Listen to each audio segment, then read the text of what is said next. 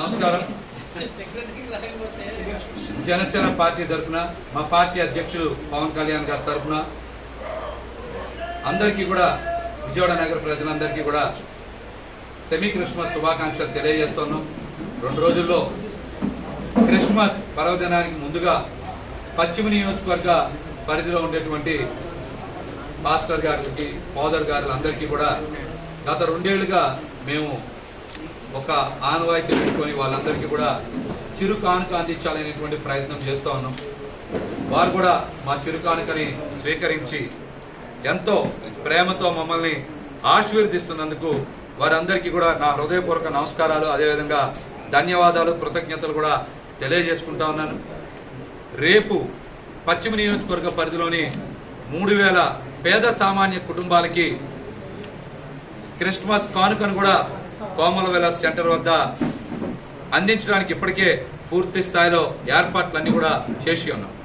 మరి ఈ క్రిస్మస్ కానుకని పేద సామాన్య వర్గాలందరూ కూడా ఉపయోగించుకొని క్రిస్మస్ రోజున ఆనందంగా పండగ చేసుకోవాలనేటువంటి ఒక మంచి ఆలోచనతోనే ఈ కార్యక్రమం కూడా చేపట్టాం. అదేవిధంగా ఈ రోజున పశ్చిమ నియోజకవర్గంలోని సుమారు 100 మంది పాస్టర్ గారులకి, ఫాదర్ గారికి కూడా బట్టలు అందజేయడం అనేది నిజంగా మా అదృష్టంగా భావిస్తా ఉన్నాం. ఈ కార్యక్రమంలో నాతో పాటు మరి నా సతీమణి పోతిన విజయలక్ష్మి గారు కూడా గత 2 ఏళ్లుగా పాల్గొంటూ మనం ఖచ్చితంగా ఏదో ఒక సేవా కార్యక్రమం స్థిరంగా చేయాలి అనేటువంటి అంశం ఆలోచనకు వచ్చినప్పుడు మరి పాస్టర్ గారిని పిలుద్దాం అనేటువంటి ఆలోచన వచ్చింది. అందుకనే ఈ కార్యక్రమం ప్రతి ఏడాది కూడా వారిని కూడా భాగస్వామ్యం చేస్తా ఉన్నాం. అదేవిధంగా ఈ కార్యక్రమానికి సమన్వయకర్తగా పూర్తిగా మరి మాకు పాస్టర్ గారికి మధ్య మా శేఖర్ గారు కూడా ఎంతో కష్టపడి ఈ కార్యక్రమాన్ని పూర్తి చేస్తూ ఉన్నారు. మరి వీరితో పాటు మా మరియదాస్ గారు, పాస్టర్ గారు కూడా ఎంతో కష్టపడి ప్రతిసారి అందరితో మమ్మల్ని మాట్లాడించేటువంటి ప్రయత్నం చేసి భగవంతుడు ఆశీస్సులు అందజేసే ప్రయత్నం చేస్తాం. క్రిస్మస్ అంటేనే క్షమ, దయ, ప్రేమ, నిస్వార్థంగా మనం ఇతరుల గురించి జీవించడం అనేది తెలియజేసేటువంటి పండుగ.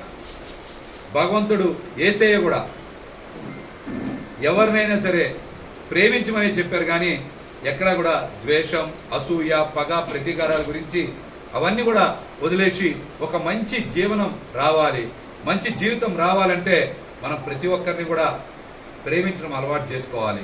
శత్రువును కూడా ప్రేమించేటువంటి గుణం, దయాగుణం మనకు ఉండాలనేటువంటి ఒక గొప్ప జీవన సూత్రాన్ని కూడా యేసు ప్రభువు మనకి అందజేశారు. మరి వారు సూచించిన విధంగానే మనం ప్రతి ఒక్కరిని కూడా ప్రేమించేటువంటి ప్రయత్నం చేస్తాం.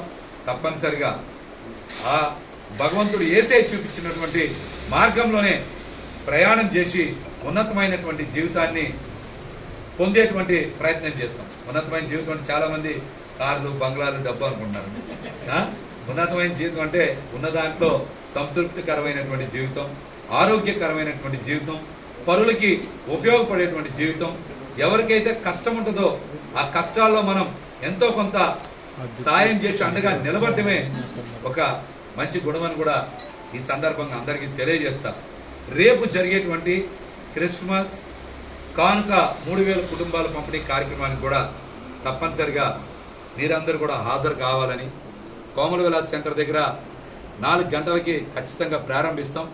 6 గంటలలోపు ఆ కార్యక్రమాన్ని కూడా మరి పంపిణీ కార్యక్రమాన్ని కూడా పూర్తి చేస్తామని ఈ సందర్భంగా తెలియజేస్తా. ఈ కార్యక్రమానికి విచ్చేసినటువంటి పాస్టర్ గారికి, ఫాదర్ గారు, పెద్దలందరికీ కూడా మరొకసారి నా కృతజ్ఞతలు, నమస్కారాలు తెలియజేస్తాను.